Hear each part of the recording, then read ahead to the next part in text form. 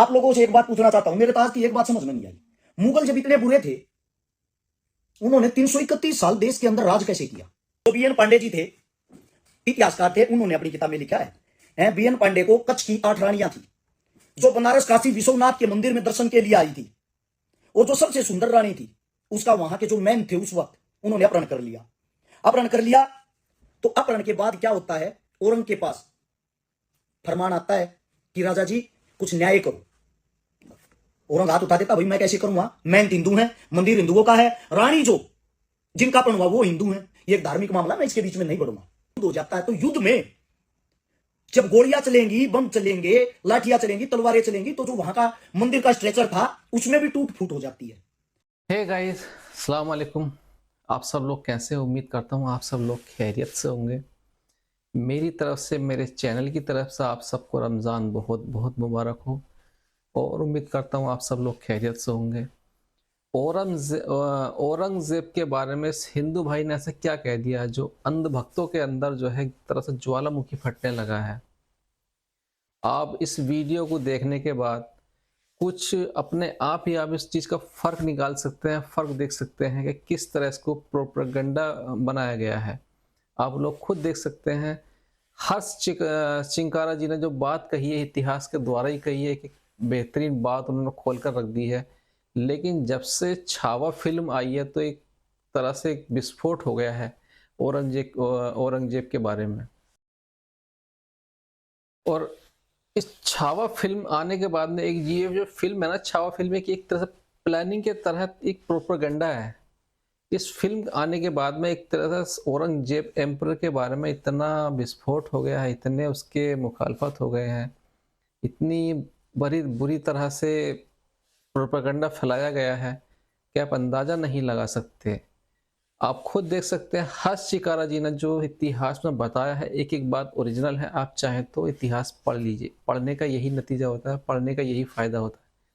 पढ़ोगे तभी पता चलेगा, वरना व्हाट्सअप यूनिवर्सिटी तो है ही, आपको पता है। तो फिलहाल सलाम है हर्ष चिकारा भाई को, जिन्होंने इतिहास की बातें सामने रखी।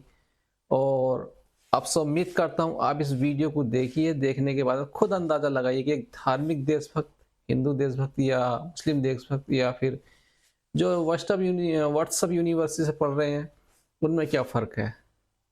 चलते हैं, देर ना करते हुए देखते हैं इस वीडियो को, और आपसे बाद में थोड़ी बात करनी है। शुरू करते हैं अपनी इस वीडियो को।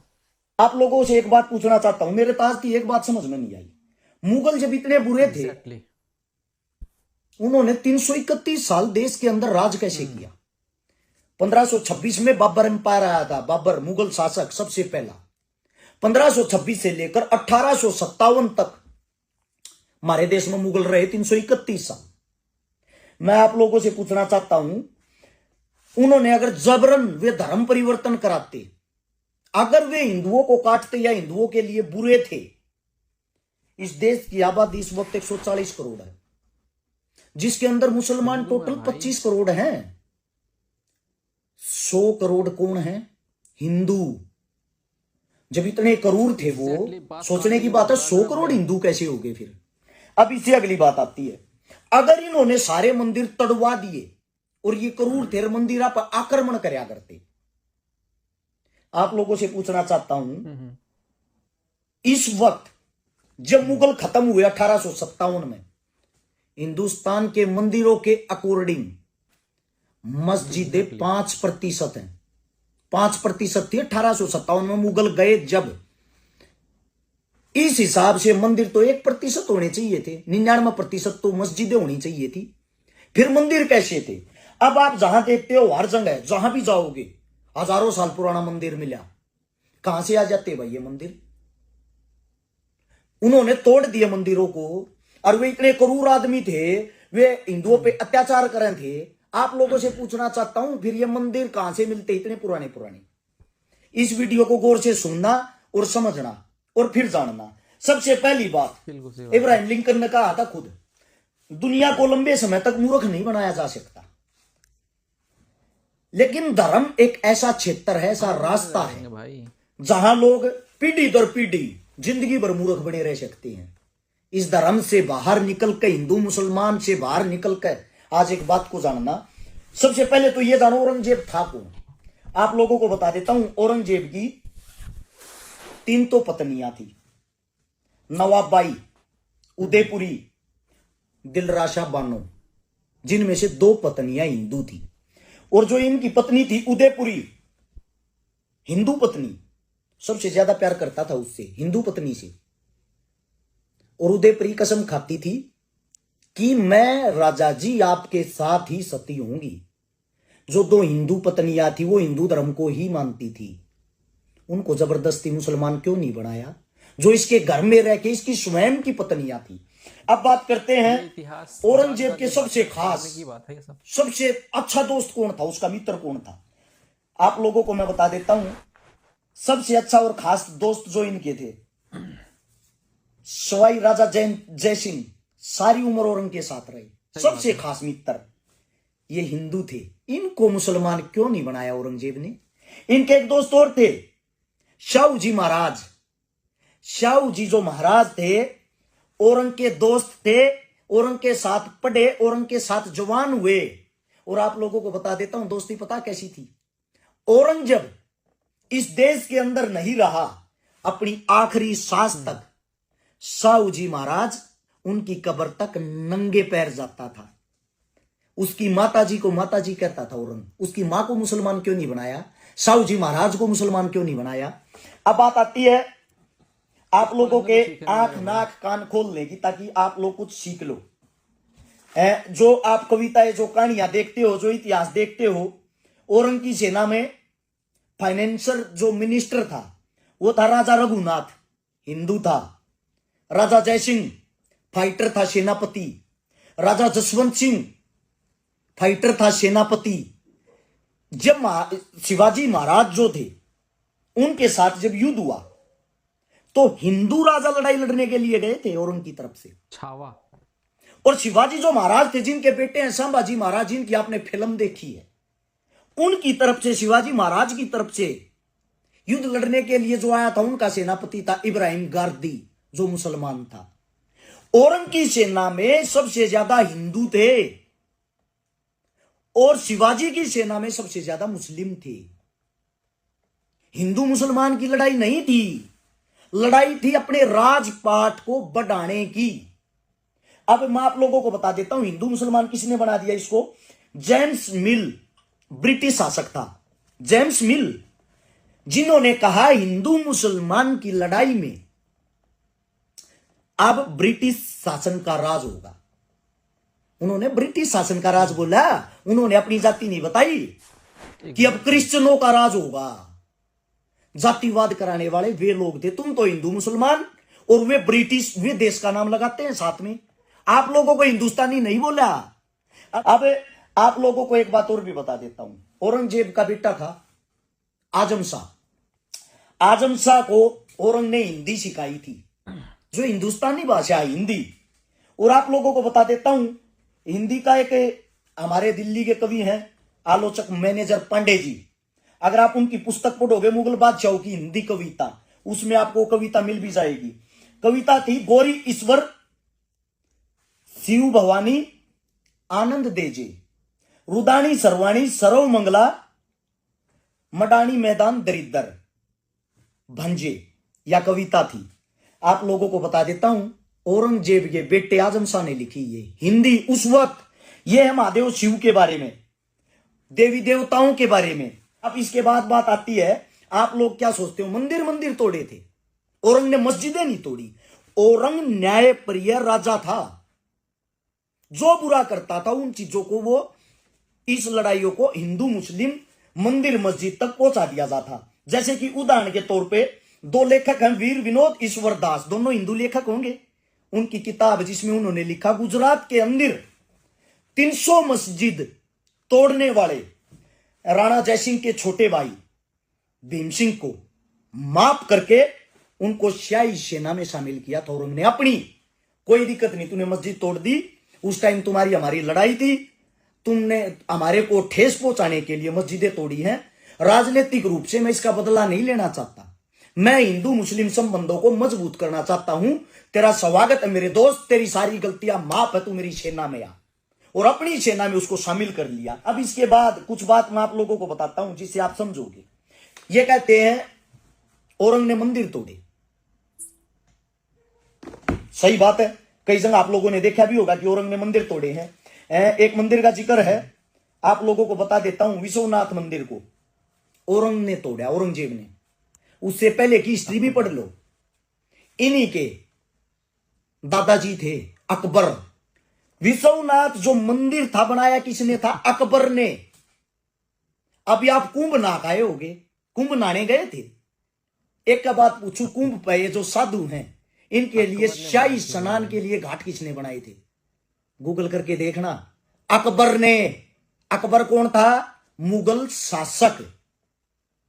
अब इसके बाद आते हैं, अगर औरंग इतना बुरा होता और मुस्लिमों हिंदुओं पर इतने अत्याचार करने वाला होता, औरंग का भाई था दारा सिक्खो, दोनों की आपस में राजपाट के लिए लड़ाई थी, अस्तित्व के लिए राजा कौन बनेगा, सबके बीच होती ये लड़ाइयां। आज भी वही लड़ाई है, उस टाइम भी वही लड़ाई थी। उस लड़ाई को धार्मिक लड़ाई दे दिया गया बस। इसलिए मैं इस बात को जानना, अब गौर करना, दारा सिक्को जो खुद औरंग का सगा भाई, दोनों की आपस में लड़ाई हो जाती, दारा सिक्को को हरा देता है। दारा सिक्को को औरंग ने कभी माफ नहीं किया, उसको मारा। लेकिन उसी के साथ खड़ा हुआ था जसवंत सिंह जो हिंदू राजा था, उसको माफ कर दिया, उसको माफ करके अपनी सेना में रला लिया। यह था औरंग। अब इसके बाद आप लोगों को बता देता हूं, जो कहते हैं मंदिर तोड़वाए हैं, श्री कृष्ण भगवान की आप जगह को जानते होगे, मथुरा वृंदावन, बिल्कुल। वहां सबसे ज्यादा उन मंदिरों के लिए जमीन औरंग ने दी, सालाना वजीफे दिए। कामाख्या देवी मंदिर। और एक सबसे मशहूर मंदिर बताता हूं, आसाम में है कामाख्या देवी का मंदिर। मंदिर में जाके पढ़ना लिखा मिलेगा, सबसे ज्यादा दान औरंग ने दिया। मंदिर है, आप लोगों को बता देता हूं, उज्जैन के अंदर महाकाल मंदिर, सबसे ज्यादा दान वहां औरंग ने दिया। उसके बाद आप लोगों को बता देता हूं, इतिहासकार बीएन पांडे की माने, बीएन पांडे जी, ये बीएन पांडे कौन थे आप लोगों को बता भी देता हूं।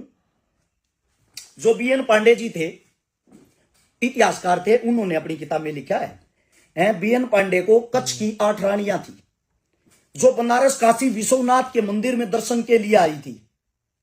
और जो सबसे सुंदर रानी थी, उसका वहां के जो मैन थे उस वक्त, उन्होंने अपहरण कर लिया। अपहरण कर लिया तो अपहरण के बाद क्या होता है, औरंग के पास फरमान आता है कि राजा जी कुछ न्याय करो। औरंग हाथ उठा देता, भाई मैं कैसे करूंगा, मैं हिंदू हैं, मंदिर हिंदुओं का है, रानी जो जिनका अपहरण हुआ वो हिंदू हैं, ये एक धार्मिक मामला, मैं इसके बीच में नहीं बढ़ूंगा। तो राजा ने, दूसरे राजा ने दबाव बनाया वहां से, कच्छ से, कि राजा जी आप न्यायप्रिय राजा हो, आप ही नहीं करोगे तो कौन करेगा। हिंदुओं की एक फौज मुगल राजा औरंग ने भेज दी। वो बनारस के मंदिर के अंदर गई तो वहां के मैन तो ने उन पर आक्रमण कर दिया और उस फौज को मार दिया, गिने चुने जो आदमी भेजे थे। फिर मुगल को गुस्सा आया औरंग को, औरंग ने पूरी सेना भेज दी, भाई जांच करो ऐसा क्या हो रहा मंदिर में। मंदिर के अंदर सेना घुस गई। सेना जब अंदर घुसी, 3 दिन के अंदर घुसने दिया सेना को मेहनतों ने। इतिहास पढ़ा करो मेरे भाई। जब मंदिर के अंदर घुसते हैं, मंदिर की जो मेन मूर्त थी, उस मूर्ति को हटा के देखा तो उसके पीछे दुर्गंध आ रही थी। वहां तरह तरह के परफ्यूम सेंट मारे गए।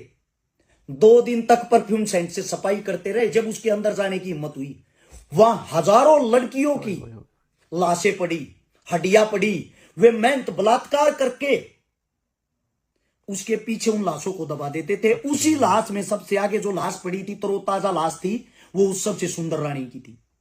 वहां मेहनतों के बीच में और मुगल सेना के बीच में युद्ध हो जाता है। तो युद्ध में जब गोलियां चलेंगी, बम चलेंगे, लाठियां चलेंगी, तलवारें चलेंगी, तो जो वहां का मंदिर का स्ट्रेचर था उसमें भी टूट फूट हो जाती है।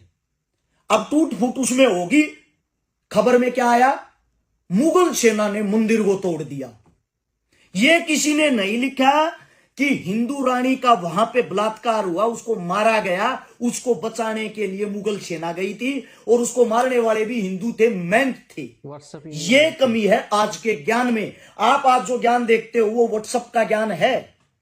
व्हाट्सएप पे 2.5 लाख मैसेज 2014 के चुनाव में हिंदू मुस्लिम को लेके हो सके और आप लोगों के बीच में फॉरवर्ड किए गए थे, ताकि आप लोगों का ब्रेन वॉश हो जाए।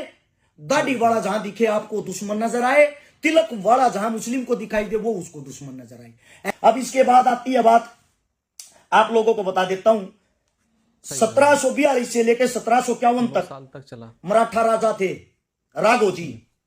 9 साल तक उसने 5 हमले किए थे बंगाल में 5 हमले किए थे। 9 साल के अंदर 4 लाख मुस्लिमों को मौत के घाट उतारा था। क्रूरता गाजरमूली की तरह काटा था। बहन बेटियों के साथ सामूहिक बलात्कार किए गए। यानी कि लड़ाई सारी राजा टू राजा अपना क्षेत्र बढ़ाने की थी। उन लड़ाइयों को धार्मिक जानबूझ के बना दिया जाता, जो आज के टाइम भी, आज लड़ाई तलवारों की नहीं है, वोटों की है, वोटों की। आज भी उस लड़ाई को हिंदू मुस्लिम बनाया जा रहा है वोट बैंक बढ़ाने के लिए। लड़ाई ये थी। अब जो एक बात सोचो, राजा राघोजी थे, 4 लाख आदमियों का नरसंहार जिसने कर दिया, मराठा राजा, क्या अब उनके साथ दूसरा राजा बदला नहीं लेगा? क्या दूसरा राजा सेम सिचुएशन नहीं करेगा? क्योंकि वो भी तो अपनी क्रूरता दिखाएगा, अपना आतंक दिखाएगा। उसको भी तो जीना है भाई। ये तो जंगल है एक किस्म से। जंगल के अंदर 2 शेर होंगे, दोनों एक दूसरे से लड़ेंगे, एक को मारेंगे, क्योंकि राजा एक ही होता है। अब इसके बाद बात आती है, बहुत सारे साथी हैं जो कहते हैं कि अकबर ने हजारों मंदिर तोड़ दिए, औरंग ने हजारों मंदिर तोड़ दिए, औरंग ने सैकड़ों मंदिरों को दान भी दिया था। और मंदिर टूटते कैसे थे, उनका कारण क्या था तोड़ने का? उन बातों को थोड़ा समझने की अगर कोशिश करोगे, मंदिर से पहले मस्जिद बताता हूं। अकबर ने मस्जिद भी तोड़ी थी।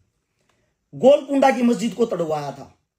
वहां के नवाब थे तानाशाह, उनको बोला भाई 3 साल से तुम्हें कर नहीं पहुंचाया, कर क्यों नहीं पहुंचा रहा? उन्होंने कहा मेरे पास पैसे नहीं है, मेरा क्षेत्र भूखा मर गया, मैं कर नहीं पहुंचा सकता। वहां का जो जासूस था उसने बताया गोलकुंडा की जो मस्जिद, उसके नीचे उसने अपना सारा धन छुपा रखा। औरंग ने पैसे चाहिए थे राजपाट चलाने के लिए, उन्होंने तड़वाया, मस्जिद को तड़वा के उसके नीचे से वो पैसा निकाला। वो पैसा निकाल के उसको दिखाया, ये देख झूठे। औरंग एक न्यायप्रिय राजा था, हिंदू हो या मुस्लिम, सेम कंडीशन लागू करता था, अप्लाई करता। इस हस्तिकारा भाई को, देशभक्त इस भाई को मेरा सलाम और मेरी तरफ से रमजान बहुत बहुत मुबारक हो भाई। कड़वी है लेकिन बात तो सही है।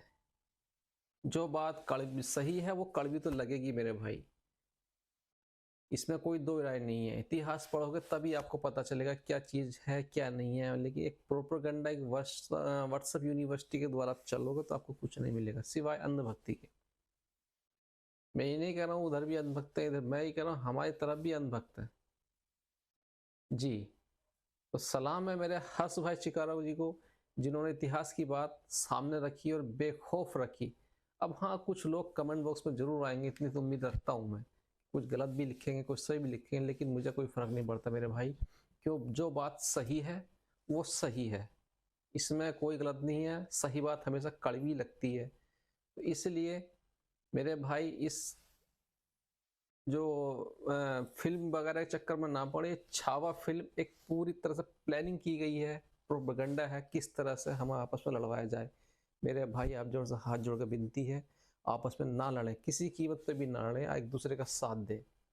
तो इसलिए आप सभी को दोबारा से मैं अपने चैनल की तरफ से रमजान की बहुत बहुत मुबारकबाद देता हूँ। और उम्मीद करता हूँ मेरे चैनल पर अगर आप नए हैं तो मेरे चैनल को सब्सक्राइब कीजिए, सपोर्ट कीजिए। सभी से बोल रहा हूँ मैं, एक से नहीं बोल रहा हूँ, सभी से बोल रहा हूँ मैं। खुदा हाफिज, अस्सलाम वालेकुम, जय हिंद, जय भारत।